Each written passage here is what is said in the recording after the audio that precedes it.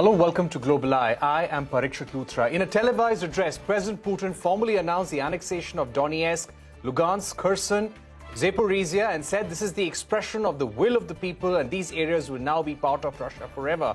He also warned that Russia will use all available means to guard these regions. Putin urged Ukraine to come to the negotiating table, but also said that Russia will not give up the newly incorporated regions. The head of the European Commission, Ursula von der Leyen, firmly rejected the recent referendums and annexation. Ukraine President Zelensky held a meeting with his military chiefs to discuss further liberation of Russian-occupied Ukrainian territory. Will the war now escalate? Is the cost of war finally putting pressure on Putin? And is the Russian president now looking for an exit? Here's what Putin had to say. I want Kiev regime and their sponsors from the West to hear me, to heed me. I want everyone to remember that people who live in Donetsk and Lugansk and Kherson and Zaporozhye, now they become our citizens forever. We appeal to the Kiev regime to cease fire immediately, all the hostilities, the war that they started back in 2014, and to go back at the negotiations table, because we are ready to do that. And we have said that on many occasions, but the choice of the people of Donetsk, Lugansk, Zaporozhye and Kherson, we are not going to discuss that. The choice was made and Russia will not betray this choice. All right, let's go across to Ugo Astuto, Ambassador of EU to India. Ambassador Astuto, thank you very much for joining us. How do you react to what Putin said in terms of annexing 4 areas of Ukraine, saying that he's going to defend them with all he has? Well, look, we reject and condemn this illegal annexation. After sham referenda, we do not recognize this action, and I think the international community will not recognize that. And these are signs of failure, of fear, of desperation on the side of President Putin. What he sees is war of aggression failing, and he's now trying to escalate and intimidate. But we shall not be intimidated. Right. Do you also get a sense that he's now coming under pressure? He said Russia is ready to come to the negotiating table. He urged Ukraine to start talks, but also said that they will not let go of these areas. Do you somehow feel that the pressure is now getting to President Putin? Well, I think the facts on the ground speak for themselves. The war has failed in all its objectives. And we have also seen in the past couple of days the reaction of almost 200,000 Russians, most of them well-educated Russians. They are voting with their feet. They are fleeing the perspective of the draft. They don't want to participate in a war that they know is unprovoked and unjustified. So I see a number of clear signals that President Putin is starting to suffer the consequences of his unwarranted and unjustified war. Right. Let me also get in Ambassador Daniel Fried, who's joining us. Ambassador Fried, how do you read the message coming from the Kremlin, Putin addressing his people in Russia, also sending out a message to the West that they will continue fighting, they will defend these areas? How do you see this message today? Putin has doubled down on his aggression because he is not winning his war. Your previous guest was spot on accurate. That is, the Russian people don't seem enthusiastic about this war. The Russian economy is hurting because of the sanctions. And most important, the Russian military is no longer winning. They're being forced to retreat. So faced with bad news on the battlefield, bad news in the economy, and social resistance to his war, Putin is doubling down. His offer of negotiations to the Ukrainians is no offer at all. It's a demand for their surrender. It's not clear that Putin can hold these territories. So right now, the best play for the world is to push back on Putin. By the way, in his speech, he did implicitly threaten nuclear weapons use. And India may have something to say about that.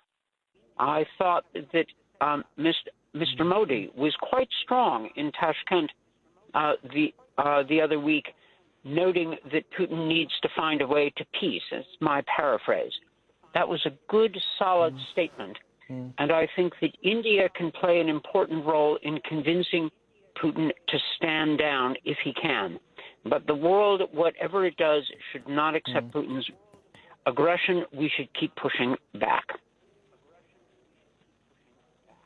Right. That's an important statement that you made. I was about to come to that, Ambassador Fried. Ambassador Astuto, do you also get a sense that this is a strong threat of use of nuclear weapons coming from President Putin? How do you think the European Union will now react to what President Putin may do in the coming days?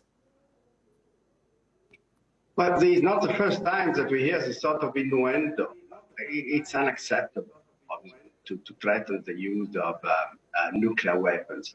And I think the international community is noticing, and the isolation of President Putin will grow accordingly. As to the European Union, well, we shall not be intimidated. We are about to present a new package of sanctions. It's going to be the 8th, and these sanctions are binding. And again, this new package of sanctions will be broad and comprehensive. It will touch on trade.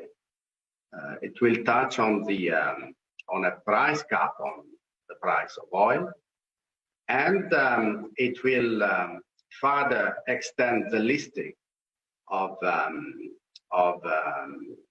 persons directly accountable for the Russian war aggression.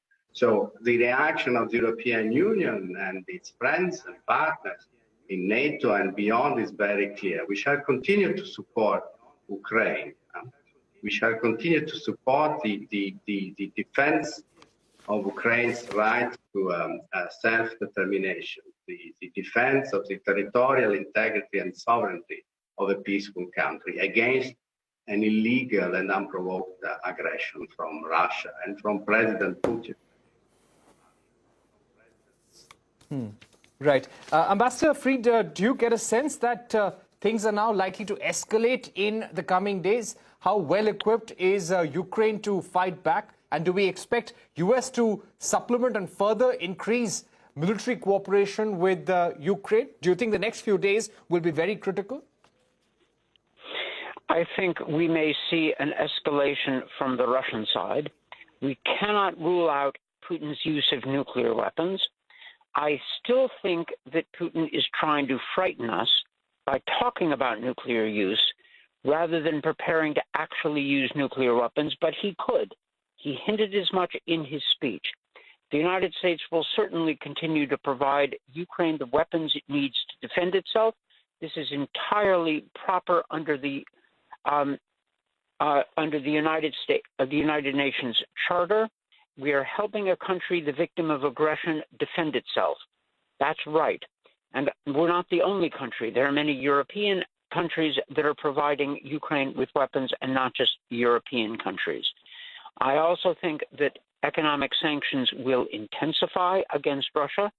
I think the EU has a package under preparation, as you just heard. The United States government is preparing additional sanctions. And there are other economic steps we can take, tightening our export controls. We need to think about the Russian assets that have been frozen. We shouldn't ask our taxpayers to pay for Putin's crimes when we are sitting on $300 billion of Russian money. So there's a lot we can do, but the next few days and weeks may be very difficult indeed. Right. Also, do you feel that there is a strong and sincere effort towards negotiation now? Here you have Putin saying that we urge Ukraine to come to the negotiating table, but Moscow will not give up the newly incorporated regions. So how do you see this offer of talks coming from President Putin, Ambassador Fried? It is not a serious offer at all. It is a demand for Ukraine's surrender. Putin does not want talks, but his bluster does not change the fact that his army is not winning on the battlefields. Today, there are reports of Russian forces being surrounded in the east. So Putin's rhetoric exceeds his power, and it is important for us to remember it. We should not push Ukraine into surrender, which is what Putin is demanding of us. He's trying to frighten us all into withdrawing support for Ukraine. I see a grim situation, but to give in to Putin's nuclear blackmail now would mean inviting worse aggression to come. Right, right. And Ambassador Astuto, my final question to you. From the European Union point of view, what will be the best case scenario in order to resolve this issue diplomatically? If we ask the European Union about what is the diplomatic way out of this, what is the solution out of this, what would be a solution that is acceptable to the European Union? Well, look, what I can say is that this is a war started by President Putin, and that President Putin can end it. What he needs to do is to withdraw, to cease hostilities, withdraw its troops without conditions, and accept the fact that Ukraine has a right to exist, and has a right to exist within its internationally recognized borders.